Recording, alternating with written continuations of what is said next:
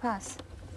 So I don't think Pass. Scally will be too Pass. bothered about losing half his stack. I mean, he's very He will, experienced. Jesse. He Yeah. won't. He won't. You know, he's backed up against the wall already. But he'll go to plan B, like, I mean. Oh, for sure.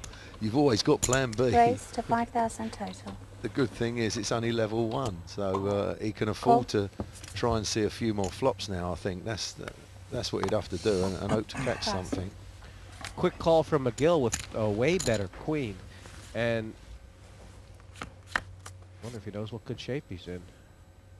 Roberto could probably take this.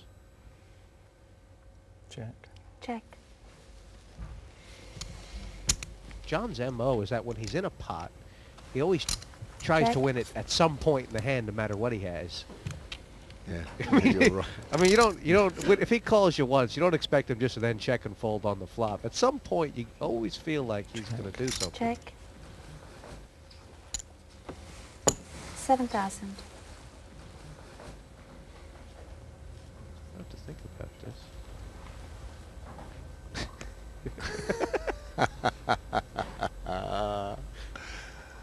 He's funny. Call. I'll tell you what. Well, he's he's right. he's definitely going to bet the river. He played the first 4 hands absolutely picture perfect, as tight as can be, but he can't help himself.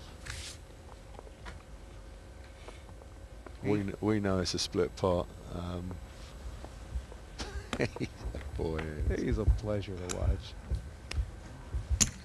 14,000. I'll see him make some really amazing calls, Jesse, at this game, like you wouldn't believe. He's so out there all the time, John. And here he's right. I mean, and when you watch John McGill, you know, you have to keep in the back of your mind, this man got 12th in the main event at the World Series. I mean, you know, coming through thousands and Well, thousands that's of right, yeah, people. yeah, And yeah. this is it, because he can pick up so Yeah. many putts. He'll love that hand as well. That'll give him a bit of confidence, and Yeah. I think Right. we'll see him I know. It gets expensive when you go get from caught strength at to it. strength. There you go, look, nice big smile. Don't be hard. Gary will say, must have been 4 aces. Could only have been 4 of a kind.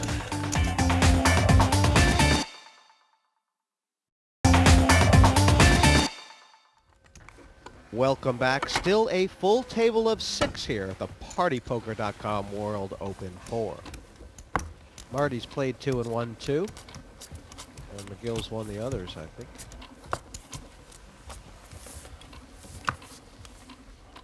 Marty was put out there as the favourite by the bookmaker. Closely followed by Thomas. I'm not sure how the betting went for the others. It was kind of close. I mean, Pass. I think he made Marty something like a 72 Raise to favorite. 5,000 Which total. actually, in these heats, usually there's a guy who's in there around 9 to 4 or 5 to 2. So I think there was a general feeling this heat's pretty wide open.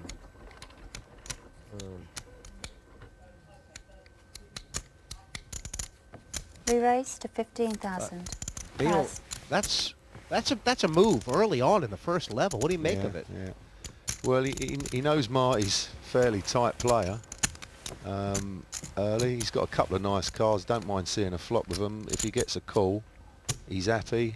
You know, and if Marty passes it, he's happy. Obviously, to a re-raise, he puts it down. Marty's no getting big deal. He's getting a reasonable price for a lot of hands to see the flop. Maybe not the King 10 offsuit. No, it's a lousy hand, King 10. Pass. And that is the buzzer beal. You look a bit stronger behind the glass, a bit more intimidating, and you don't give away any tells with your eyes, like they might be flickering or something. So that's the reason for the glasses.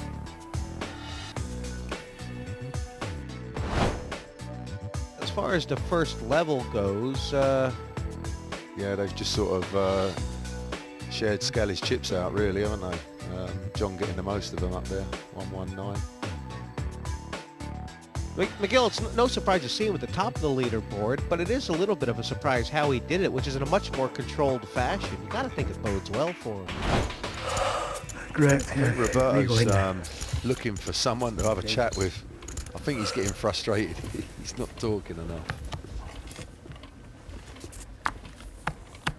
He'd find it hard to have a conversation Pass. with Kevin. I don't think the two of them would understand each other, would they? Cool.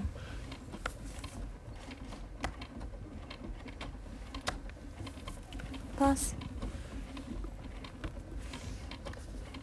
And the limp in by Marty Cool. is giving Kalmar a little Pass. pause here. He's decided he can afford to try and take a peek. Will he let him? No raise. That right? Why would you have raised there? To put pressure on Scally? Well, anyway? because Scally's got such a small stack, if he's got any sort of hand, he shovels it in. You know, now he Check. can get away from it. Check. Obviously, we Check. know he wouldn't have because he's got the he's only got 3-6. But if it comes a club, it's going to be a complete hash of this for Romanelli. Check. He's check raising here as well. You think? Tried to check raise once. Going to try and check raise twice. He's got 9,000. Marty on the hook, and Pass. I guess. Go. Oh, don't know about that. yeah, I don't mind that. Yeah, he's don't going to get mind. more on the river then. Yeah. Not now, eh?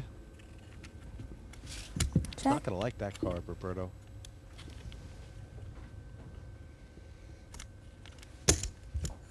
$24,000. I mean, it's been an interesting line from the start for Yeah. Roberto. Obviously, if he raises for the flop, he makes a big If he pot. pays this off, then he's obviously done it all wrong. But if he passes, then he ain't done bad. How would you think about this if you're Roberto? I mean, he knows that his hand is very deceptive, right? So doesn't that play into it? I mean, Yeah, but yeah. You're looking you at still any, can't beat anything. any 10. I mean, if Any- you feel like if Marty had anything that had any showdown value, he would have just flipped it, right? So he's Yeah, either got everything yeah. or nothing. Yeah.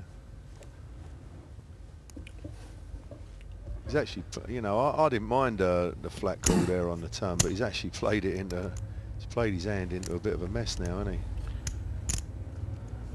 Now he's going through his mind a rhyme or a reason to call. I get the feeling he's more worried about the straight possibility than the flush. I don't know.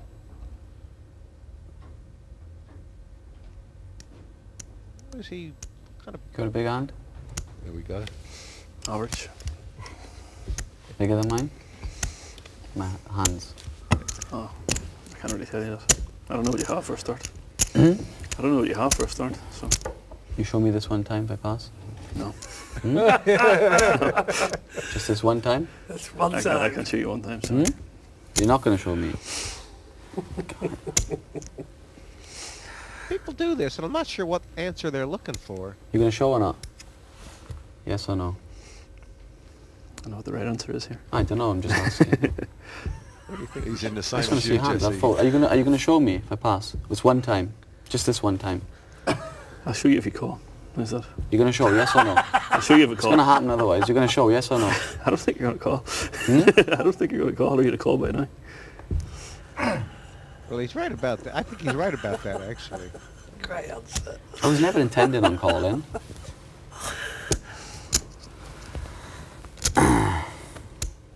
Strange pattern.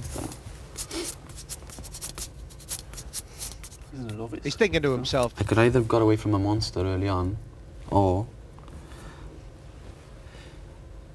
the way I played it, and then I got beat. I'm gonna pass. Good pass. Maybe. I think Marty was right there that he actually was never gonna call. You were saying that he knew he couldn't from the start. It's nice to be able to go through the trials and tribulations of poker with Neil Channing. And that hand, Neil, Ace-King, not all it's cracked up to be for Roberto. It can be a very difficult hand to play, particularly out of position. Roberto started the hand with about 90,000 chips, which is far too many to get the whole lot in pre-flop with that hand. So I think he made quite a good decision just to see a flop and see what happened. He's got Marty Smith, a very strong player, on his left, and maybe he should see what happened. But would you have made different decisions, and when, and why? Well, basically every other decision he made I hated, apart from passing on the river.